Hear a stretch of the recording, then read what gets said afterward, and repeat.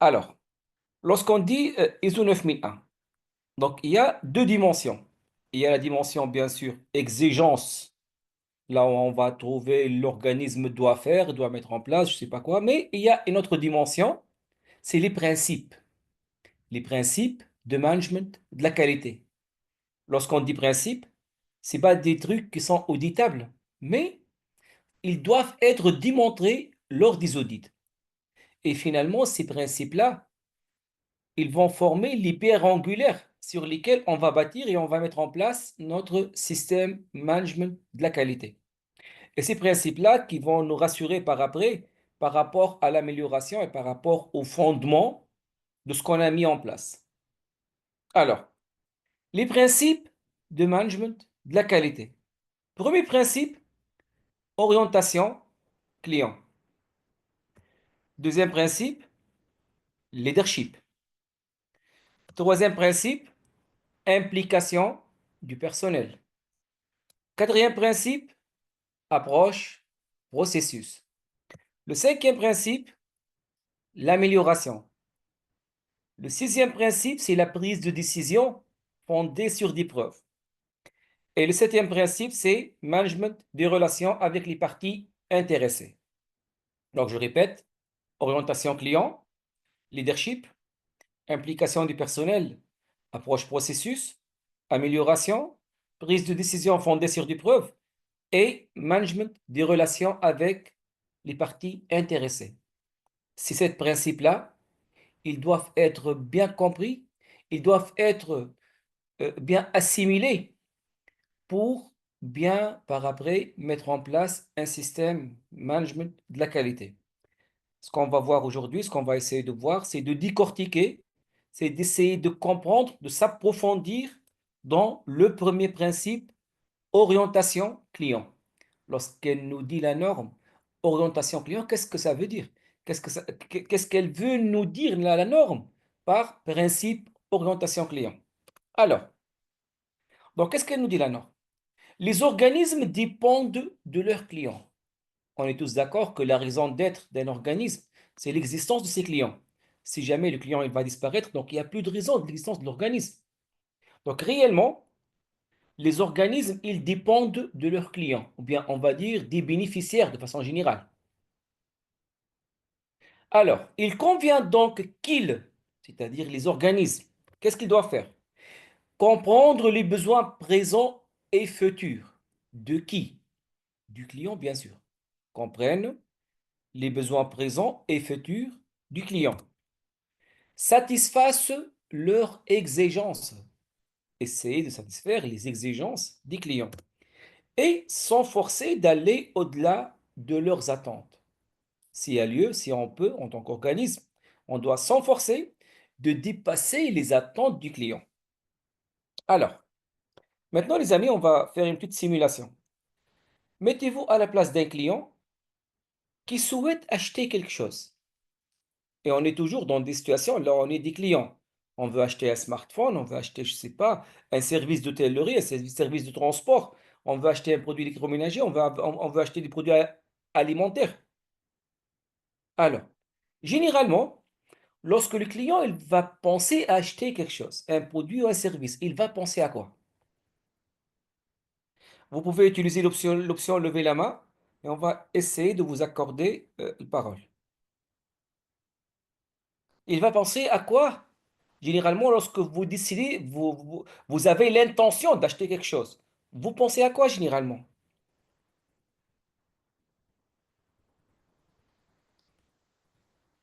C'est-à-dire,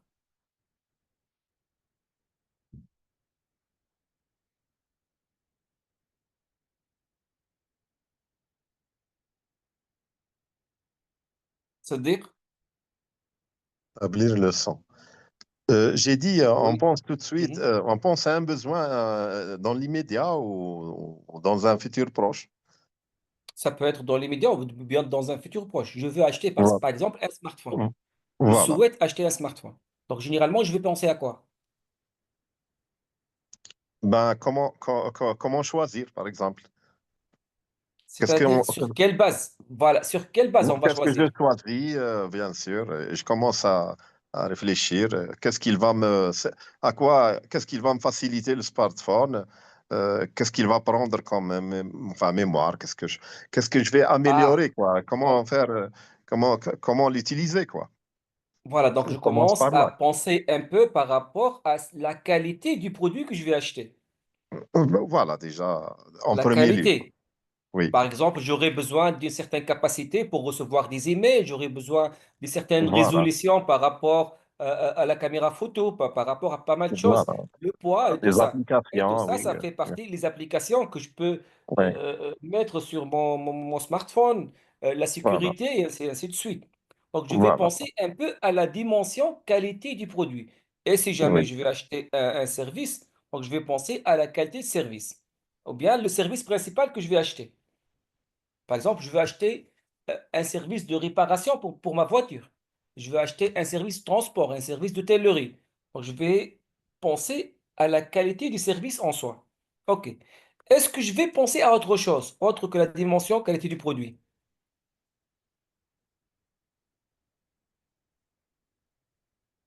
Les amis,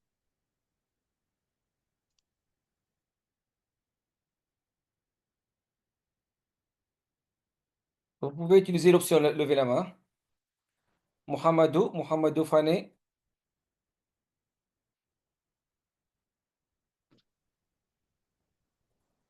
Oui, bonsoir. bonsoir. Je vais ensuite penser au prix. Au prix. Excellent. On va dire le prix, Mohamedou, ou bien on va dire la qualité du prix.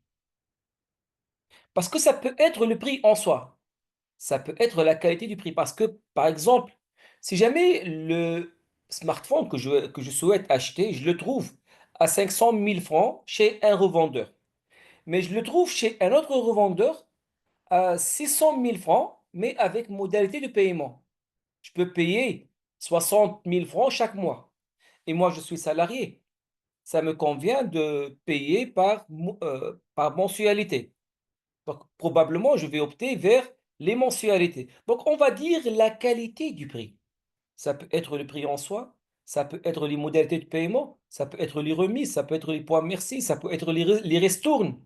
Donc, tout ça, ça fait partie de la dimension qualité du prix. Est-ce que je vais penser à une autre chose? Anta, Anta Malik,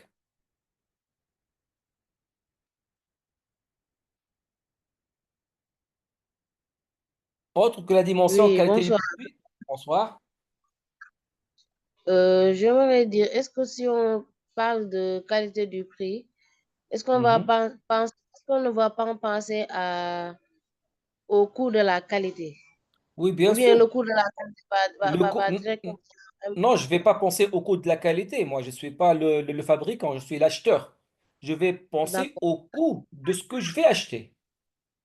d'accord. OK? Merci, oui. Merci. Raymond, Raymond, pas en bas.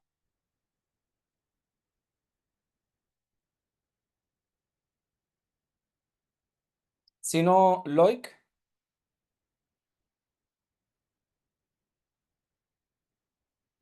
Oui, alors moi je oui, dirais bonsoir. que Mhm. bonsoir. Donc moi je dirais par exemple le service après-vente, c'est important, c'est au cas C'est où il y a un souci. excellent.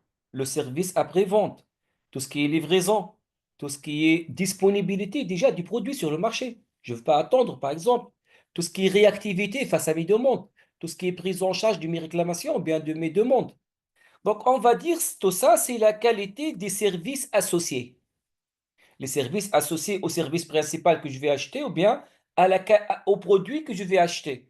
Par exemple, je vais acheter un service de réparation pour ma voiture, mais je ne veux pas attendre, je veux avoir un devis bien précis avant de lancer la réparation. Ça, c'est la qualité de service des services associés. Donc, généralement, tous les clients, lorsqu'ils souhaitent, lorsqu'ils pensent à acheter quelque chose, que ce soit un produit ou bien un service, ils vont penser à ces trois dimensions-là et ils ont dans leur tête un certain standing et attente par rapport à chacune de ces trois dimensions-là. Mais la question maintenant, est-ce que tous les clients ils accordent la même importance pour chacune de ces trois dimensions-là? Hassan Niang. Hassan Niang. Est-ce que tous les clients, ils accordent la même importance pour chacune de ces trois dimensions? On passe à Ayoub.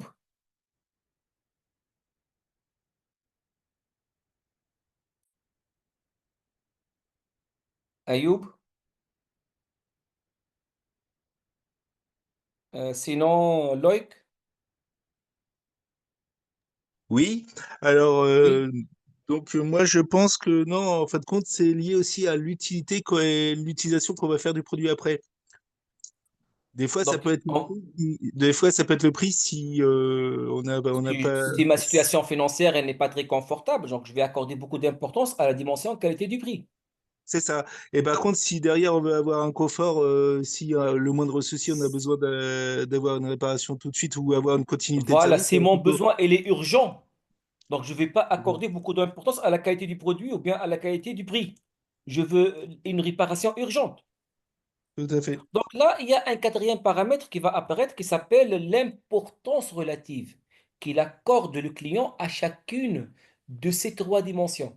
Et cette importance, ça change d'un client à l'autre. Ça change d'une famille de clientèle à une autre famille de clientèle. On peut trouver une famille de clientèle qui vont accorder beaucoup d'importance à la qualité du produit, à la qualité de service, mais ils ne vont pas accorder vraiment de l'importance. Ils ne demandent même pas le prix. On va trouver une autre famille de clientèle qui vont accorder beaucoup d'importance à la qualité du prix, moins d'importance à la qualité de service et moins d'importance à la qualité du prix. Parce que le besoin, il n'est pas très important par rapport au cas d'utilisation et ils veulent avoir ce produit-là. Le besoin, il n'est pas très urgent, ni très nécessaire, mais quand même, ils veulent avoir ce produit-là, mais à un prix très abordable. Donc, Mhm. ça change d'un client à l'autre et ça change d'une famille de clientèle à une autre famille de clientèle. Maintenant, si on pousse un peu plus loin les réflexions et on va prendre pour le même client ou bien pour la même famille de clientèle, cette importance relative qu'il accorde à chacune de ces trois dimensions-là, est-ce qu'elle est toujours la même ou bien elle change dans le temps? Inza,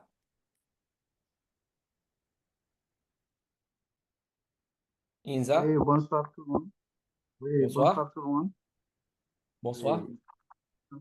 En fait, par rapport à l'orientation du client, je trouve aussi que le délai de livraison est aussi important. Alors, la question maintenant. Est-ce que l'importance relative là, elle est toujours la même ou bien elle change dans le temps pour le même client?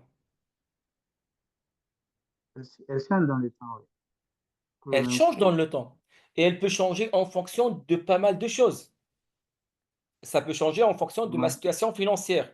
Aujourd'hui, j'ai assez d'argent, je n'ai pas de problème financier, donc ma trésorerie elle est bonne, donc je ne vais pas accorder beaucoup d'importance à la qualité du prix. Demain, ma trésorerie elle n'est pas très confortable, donc je vais penser à la qualité du prix. Aujourd'hui, par exemple, mon besoin il est urgent, donc je vais penser beaucoup à la qualité de service. Demain, mon besoin il n'est pas urgent. Donc, je ne vais pas accorder beaucoup d'importance à tout ce qui est disponibilité, réactivité et rapidité. Aujourd'hui, mon besoin, le produit, il est très nécessaire, il est très critique pour moi en matière de cas d'utilisation. Je donne un exemple. Je veux acheter un smartphone pour utilisation professionnelle. Donc, je veux une capacité de stockage, je veux la rapidité, je veux pas mal de choses, des applications. Je veux recevoir des emails volumineux. Donc, je vais accorder beaucoup d'importance à la qualité du produit. Demain, après quelques mois, je vais acheter un smartphone, mais pour mon petit-fils. Utilisation, je ne sais pas, Facebook et autres. Donc, je ne vais pas accorder beaucoup d'importance à la qualité du produit. C'est plutôt à la qualité du prix. Parce que c'est un petit garçon, donc il risque de le perdre, il risque de le casser et tout ça. Donc, l'importance relative, elle change dans le temps. Et elle peut changer en fonction de plusieurs paramètres, de plusieurs choses qui peuvent changer cette importance relative. Donc, elle peut changer dans le temps en fonction du contexte, de mon contexte en tant qu'acheteur. Même le contexte économique, le contexte politique, le contexte social, le contexte sanitaire. On se rappelle tous de la période du Covid. À l'époque, la nécessité et le niveau d'urgence de tout ce qui est produit désinfectant, tout ce qui est produit bavette et ainsi de suite. Donc, ça donnait que tout le monde, il accordait beaucoup d'importance à ces produits-là par rapport à la qualité de service, que le produit soit disponible, et à la qualité du produit, qu'il soit efficace. Il n'accordait pas d'importance à la dimension qualité du prix. Parce que là, on parle de la santé. On parle de la vie de du personne. Donc l'importance relative, elle change dans le temps et elle peut changer en fonction de pas mal de choses. Donc on va dire elle change dans le temps en fonction du contexte.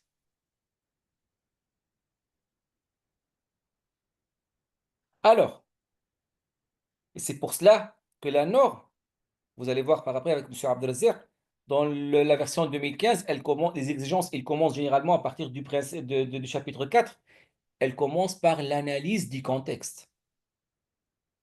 Donc, comprendre le besoin présent du client, c'est de comprendre l'importance qu'il accorde le client à chacune de ces trois dimensions-là au moment de l'achat. C'est important. Pourquoi? Parce que son niveau de satisfaction par après, il sera conditionné par cette importance relative. Je répète, comprendre le besoin présent du client, c'est de comprendre l'importance qu'il accorde le client à chacune de ces trois dimensions au moment de l'achat. Parce que son niveau de satisfaction par après, il sera conditionné par cette importance relative. On va laisser le mot futur. On va y revenir par après. Et on va passer à la deuxième phrase. Satisfassent leurs exigences. Comment on peut satisfaire un client? Généralement, on peut satisfaire un client lorsqu'on répond à ses besoins. Si on répond à ses besoins, on peut le satisfaire. Maintenant, c'est quoi cette question de satisfaction? Qu'est-ce qu'on veut dire par quelqu'un qui est satisfait par rapport à quelque chose? On va essayer de comprendre ce concept de satisfaction par un contre-exemple de notre vie courante. On va prendre l'exemple d'un parent qui a deux enfants. Le premier enfant, il a l'habitude d'avoir 17 de moyenne. Le deuxième enfant, il a l'habitude d'avoir 15 de moyenne. Plutôt 11 de moyenne. 11 de moyenne. À un moment donné, il reçoit les bulletins de notes de ces deux garçons, de ces deux fils. Et dans les mêmes conditions, hein, il perçoit que son premier enfant, qui avait l'habitude d'avoir 17, il a eu 15 de moyenne. Son deuxième enfant, qui avait l'habitude d'avoir 11 de moyenne, il a eu 13 de moyenne. La question, les amis, est-ce que ce parent-là, il sera satisfait par rapport aux résultats scolaires de son premier enfant, qui a eu 15? Est-ce que ce parent-là, il sera satisfait par rapport... Oui, Abdul?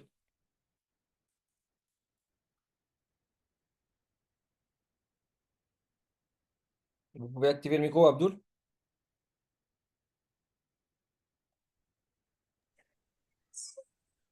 Allô, c'est bon? Allô? Oui, Oui. oui, on vous reçoit. Bonsoir à tous. Bonsoir. Je pense qu'il ne sera pas satisfait parce OK. que pour ma part, l'enfant a baissé de 2 de moyenne. Donc, Il ne sera pas satisfait pour son premier enfant qui a eu 15. Est-ce qu'il mhm, sera satisfait pour son deuxième enfant qui a eu 13?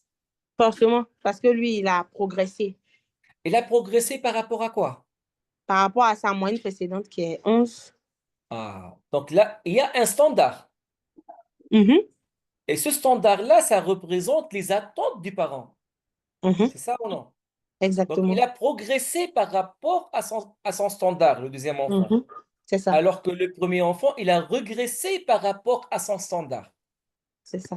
Du coup, on va trouver un parent qui n'est pas satisfait pour un enfant qui a eu 15 et qui est satisfait pour un enfant qui a eu 13, alors que C'est ça. 13 est moins que 15. Mhm. Maintenant, ce qu'on veut, et ce qui est demandé toujours auprès des responsables management de qualité, comment ressortir ou bien comment, si on peut calculer ce taux de satisfaction de ce parent-là? Comment on peut le calculer? On ne va pas compliquer les choses. Falasad, c'est ça? C'est pour la Folasad. SAD. Pour la Folasade. SAD. On ne va pas compliquer les choses, Folasade. Mhm, On mhm, va relativiser. C'est-à-dire relativiser. mhm. La satisfaction du parent, elle a été conditionnée par rapport à quoi? Euh, Par rapport à un par, standard, oui, par rapport au par standard rapport de à chaque des enfant. attentes. Mhm. Et lorsqu'on dit par rapport, qu'est-ce qu'on veut dire par rapport? C'est une comparaison. C'est divisé par.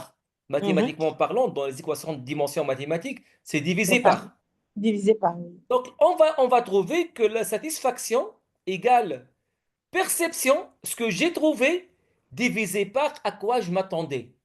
Oui, oui, c'est ça.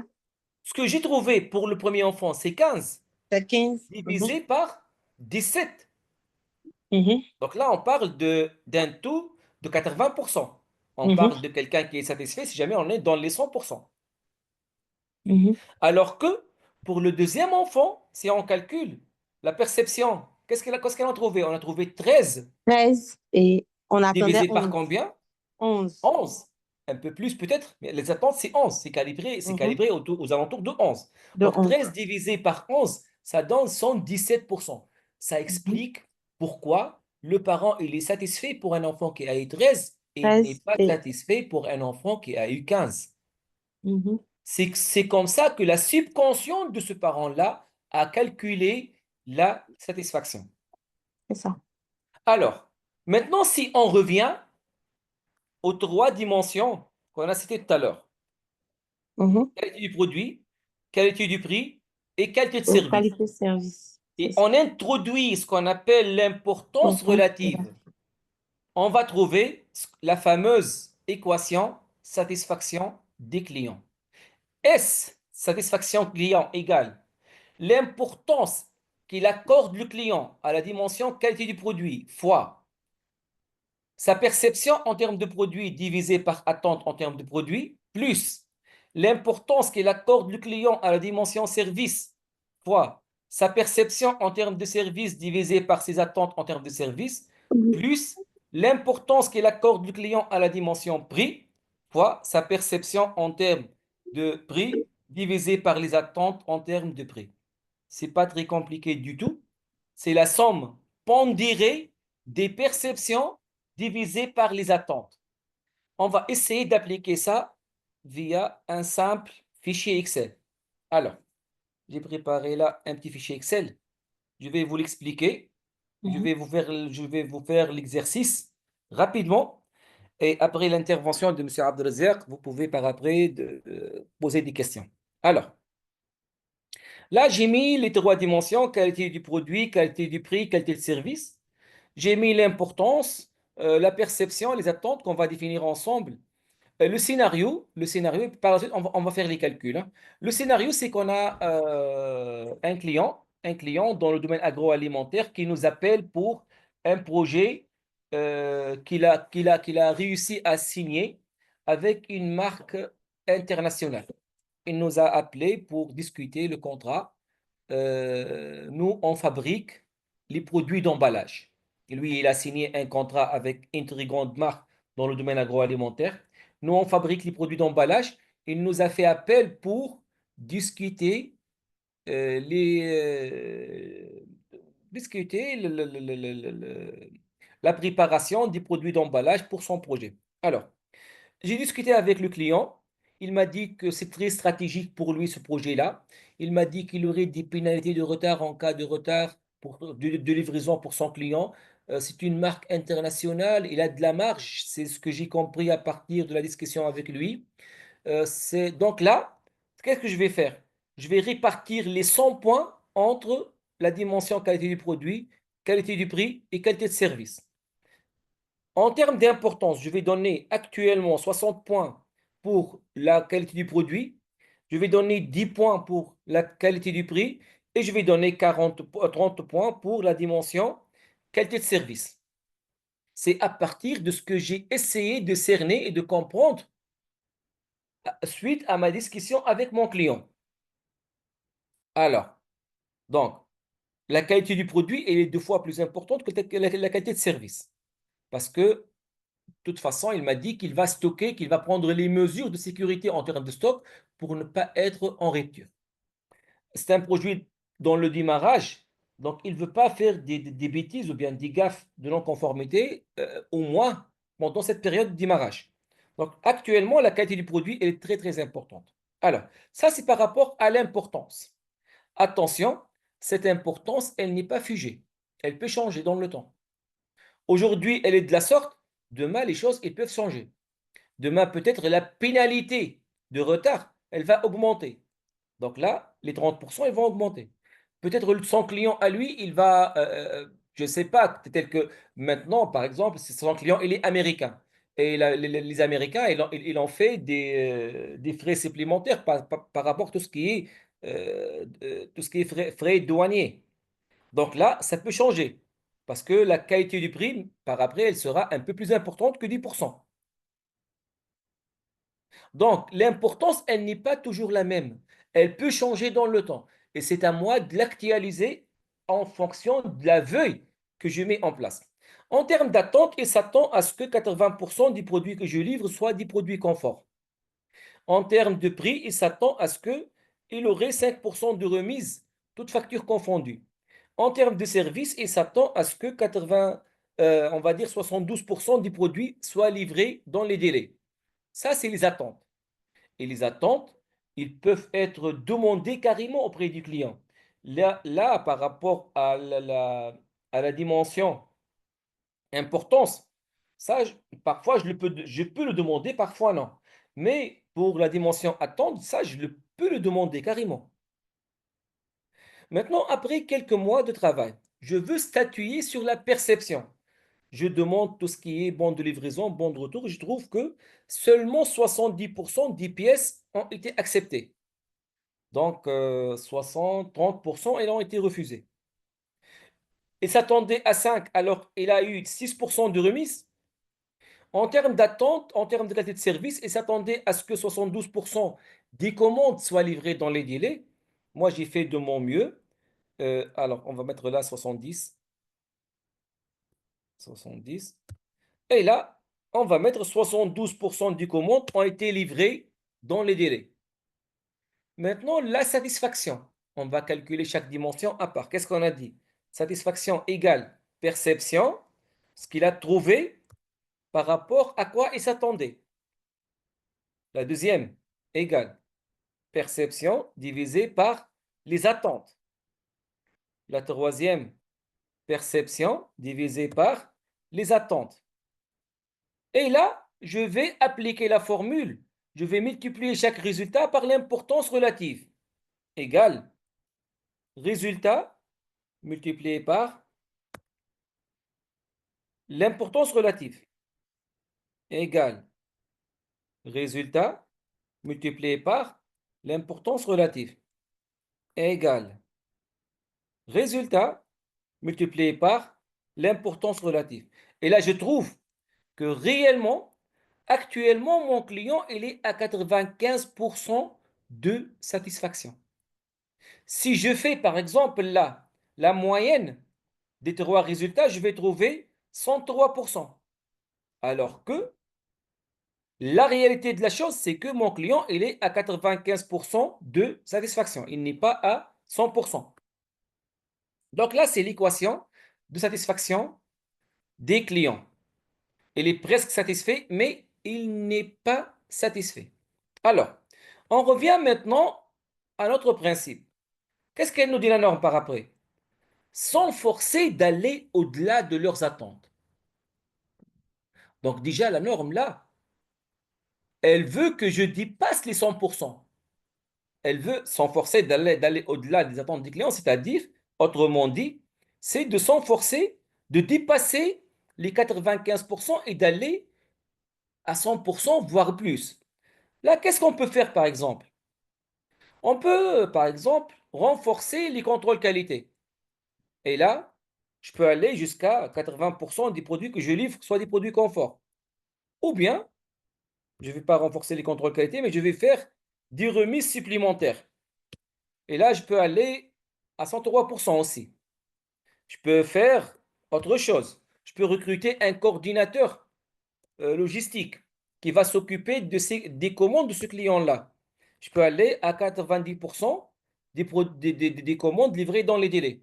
Donc, de la sorte, je peux aller à 103% satisfaction. Alors, maintenant, on va revenir à notre scénario initial et on va dire quel est le meilleur scénario parmi ces trois scénarios-là. Eh bien, le meilleur scénario, étant donné que les trois scénarios-là, ils donnent les mêmes résultats sur le plan global, c'est le scénario le moins cher. C'est le scénario le moins coûteux. Pourquoi? Parce que les amis, on n'est pas dans la partie qualité, on est dans le management de la qualité.